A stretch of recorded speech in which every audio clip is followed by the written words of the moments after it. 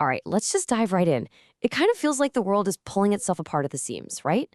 Today, we're going to explore that tension and we're going to draw on the wisdom of 25 really profound thinkers to ask a huge question. Is all this pressure breaking us, or could it be breaking us open? This really is the question of our time, isn't it? All this chaos, the division, the noise, are these just the last gasps of a collapsing world? Or could they be something else entirely? Maybe the painful, super messy labor pains of a whole new kind of humanity. It's a question that really demands we look past the headlines and look into ourselves. And this is exactly where the whole conversation pivots. The stakes suddenly become deeply personal because the real story, it isn't just happening out there in the world. It's happening in here. It's about what these immense pressures are doing to us and maybe more importantly, what they're revealing about us. Which brings us to a fundamental choice.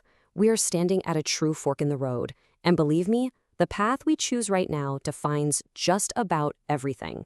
So what do these two paths actually look like? Well, on one side, you've got collapse. That's the path of fear. We get more frightened, we retreat into our little tribes, and we double down on all the old certainties. We just harden. But the other path, well, that's awakening. That's when the crisis becomes a catalyst. It forces us to ask these terrifyingly honest questions. And the pain itself is what cracks open our old illusions, making space for something new to be born. This quote from Jean Houston just gets right to the heart of it. What she's saying is that we're measuring the wrong thing. The true metric for our time isn't the crisis itself, it's what the crisis is doing to our character. Is it shrinking us, making us smaller and more afraid? Or is it calling forth a deeper courage, a wider compassion we didn't even know we had? And this metaphor from Richard Rohr is just brilliant. Upheaval is a kind of fire. But notice, the fire itself is neutral. It doesn't decide what happens. It just reveals the nature of whatever it touches. It doesn't create our character, it reveals it. The fire simply amplifies what was already there, hardening the clay and melting the wax. So, if awakening is one of the options on the table, why does the other path, the path of collapse, of huddling together in a frightened crowd, feel so incredibly tempting? Well, the brilliant social philosopher Erich Fromm actually mapped this all out decades ago. He called it the escape from freedom, and it's basically a four-step process. First, genuine freedom and the responsibility that comes with it can feel terrifyingly anxious. So, second, we look for an escape from that anxiety in a strong leader, a rigid ideology, any group that'll tell us what to think. Third, the tribe delivers. It offers the comfort of certainty and the warmth of belonging. But then comes the final step, the price tag. We trade in our authentic self. And here's the crucial insight. This isn't a failure of logic. It's a feature of our humanity. As the psychologist Jonathan Haidt puts it, our brains are wired for belonging first and reasoning second. Our deepest instinct is to join a team. And it's only after we've picked our side that we use our intelligence, not to find the truth, but to defend our team's position. Which leads to this question that's just hanging over our entire society right now. What happens when belonging to the tribe becomes more important than seeing what's actually true? The fallout is devastating. Trust, which is the bedrock of society, just dissolves. Our institutions start to crumble. Facts are no longer a shared reality, but weapons to be used against the other side. Carl Jung had a name for what happens next.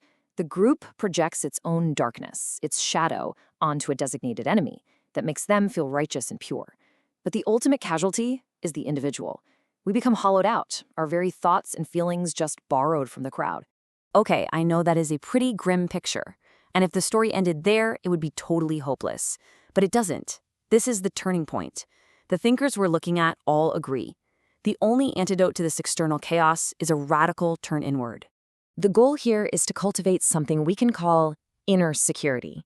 And let's be super clear, this has nothing to do with external things like money or status. This is about being rooted in something unshakable, a foundation of character, of wisdom, and a trust in life that holds firm no matter how violently the world outside is shaking. You can see the contrast right here.